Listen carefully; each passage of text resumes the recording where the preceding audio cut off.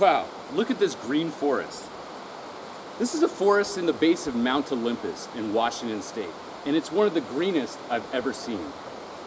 But what if I told you that it was the mountains to the east of here that caused it to be so green? We're going to look at something called a rain shadow, where geology and weather combine to shape the land around it. We're going to cross over the Cascade Mountains and see what effect this rain shadow has on the lands around it. Come with me as we travel across the rain shadow. The Pacific Ocean, home to a large mass of humid air. In North America, prevailing winds move air from the west to the east. As the air mass moves east, it gets pushed upwards by the slope of the land. As air rises, it expands and loses temperature. When moist air cools down, water will condense and fall as precipitation. Because the mountains are so tall, the precipitation falls on one side of the mountain range. As the air crosses the mountain, it is stripped of its water before descending on the leeward side. The descending air contains less moisture, leaving the eastern land much drier. This phenomenon is called a rain shadow. We begin our journey in the coastal forests of Washington State. This is where storms from the Pacific Ocean deposit 200 inches of rain each year. 1/3 of that rain is runoff, filling streams, rivers, and lakes. The other 2/3 evaporates, soaks into the ground, or is used by living things. Where water is plentiful, life dominates. These forests are home to some of the largest plant life on Earth. Wow, will you look at the size of this tree? This is the biggest tree that I've ever seen in my life. Look at it. And if you look in the crags and things, look at that. That's not from this tree. That's a whole other thing that's taken root. Millions of little things are living on this tree. It's like a living city. Golly, look at the size of this tree, dude. The biggest tree I've ever seen. This is the western red cedar tree, one of the tallest trees that grows in this forest. It's so big. It's got this nice soft bark, which is nice. Look at this root system. You think a tree is tall, and then you think about what goes into the ground to support a tree of that size. You can tell that it really anchors this tree into the ground. I mean, look at this trunk of this tree. I can't even get on top of this one. I'm gonna give it a shot.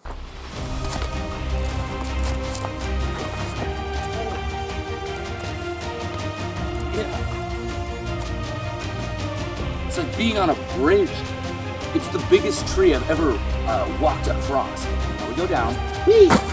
These trees provide a home to other organisms, including moths, lichen, fungus, as well as animals. Here, a pair of flickers make their home in a Douglas fir tree. This hairy woodpecker searches for insects and larvae in the tree's bark. Fir and cedar cones are an important food source for small mammals, like this Townsend's chipmunk here, which eat almost 6 out of every 10 seeds available. The coastal forests, with their endless water supply, host over 1,000 plant species, each with their own niche in the tapestry of life. While large trees dominate the sky, smaller ground species cover the forest floor. Hawkweed, devil's club, and particularly ferns use their wide leaves to gather what little sunlight penetrates this far down. While it may look calm on the surface, this place is a battle center where plants are constantly going at each other, taking advantage of any resource they can. The floor of the forest is just a blanket of plants. All the plants on the floor of the forest have to have broad leaves because not that much light makes it down because the trees are blocking so much light. I can't see one speck of dirt on this floor of this forest. There's too many plants. The arteries of this forest are the mountain streams.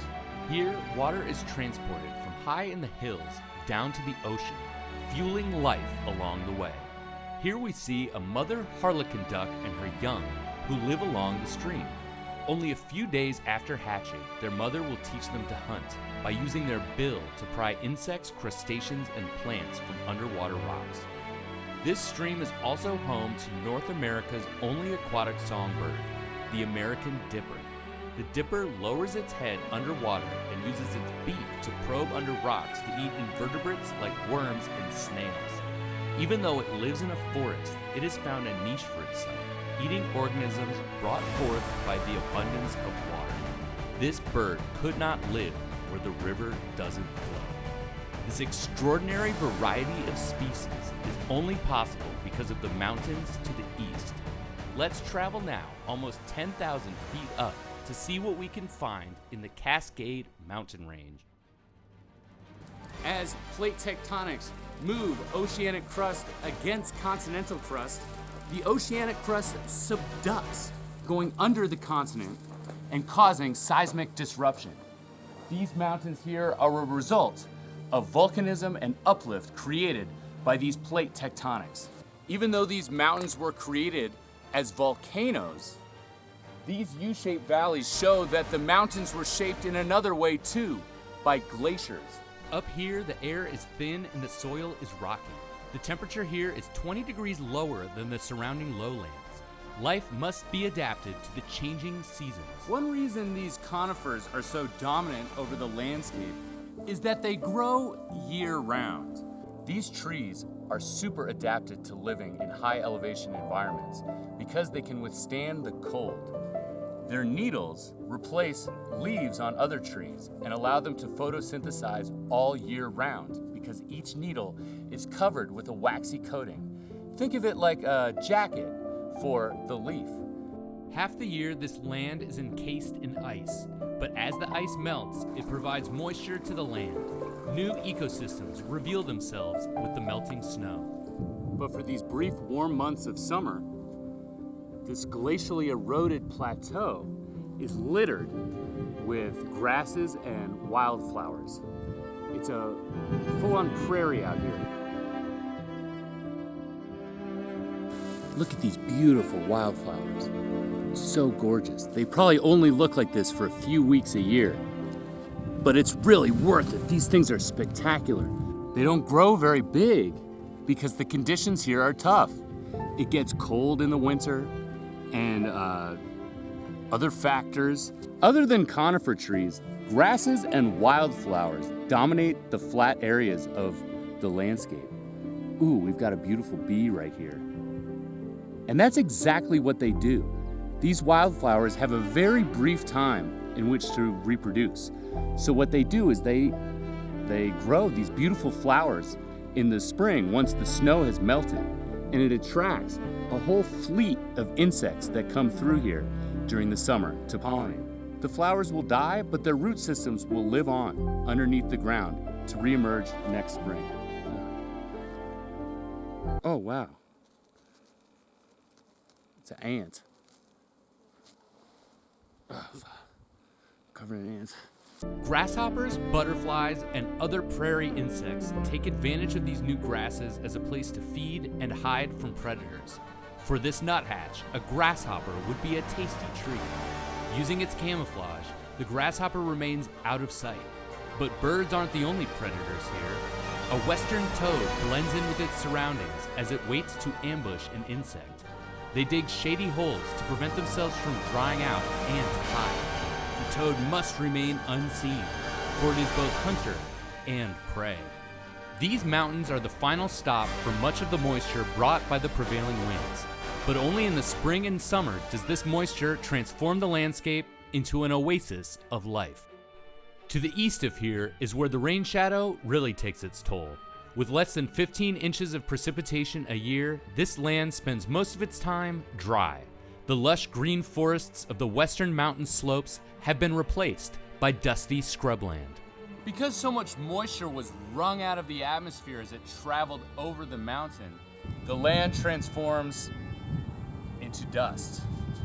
Despite this lack of precipitation, life still flourishes in this desert world.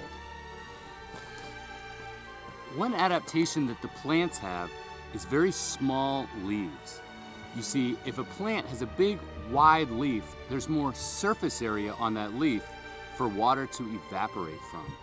Think about it like if you left a big towel out and you left it in the sun and it was wet, it would dry faster if it was laid out as opposed to crumpled up. Even though the majority of this plant looks like dead wood, we can tell it's still alive, growing here out of this stalk, which means the roots are still intact. These plants can survive this desert by having multiple avenues for their life to go. You see this juniper, it fell probably years ago, but the tree lives on in the side part. The king of this land is the juniper tree. Junipers are conifers, but instead of recognizable cones, the juniper's cones look like berries and make a delicious meal for animals like this rabbit. Wow, will you look at this? This juniper tree is really old, and this bad boy is anchored into the ground. Look how strong this tree is, that it can get its roots through this hard volcanic rock. An olive-sided flycatcher makes its home in a juniper, surveying its territory for insects to eat. With predators afoot, the insects are wise to remain hidden.